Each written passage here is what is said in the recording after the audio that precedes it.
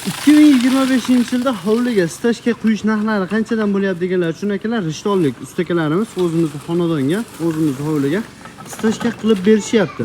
Ko'rishlaring mumkin akalar. Stashkan qalinligi 5 sm dan 10 sm ga qilib berishar ekan. Zaskasi ichida, zaskasi ham xuddi shunday 5 sm dan 10 sm ga holatiga qarab bo'ladi. Ko'rishlaring mumkin akalar, xudo xolasa tekstligi ham zo'r, uklonlari chiroyli qilib berishyapti. Xudo xolasa 60-70% joyi bo'ldi, 30% joyi qoldi. Stashkadan tashqari bemalol fundament xizmatlarini ham qilib berishaveradi. Narxiga keladigan bo'lsak, stashkasi zaspkasi bilan birgalikda akalar narxi 30 ming so'm. Xizmatlar Bog'dod, Rishton, bo'yda bo'ylab xizmat qilib berishaveradi. Mana shu narxlarning ichida.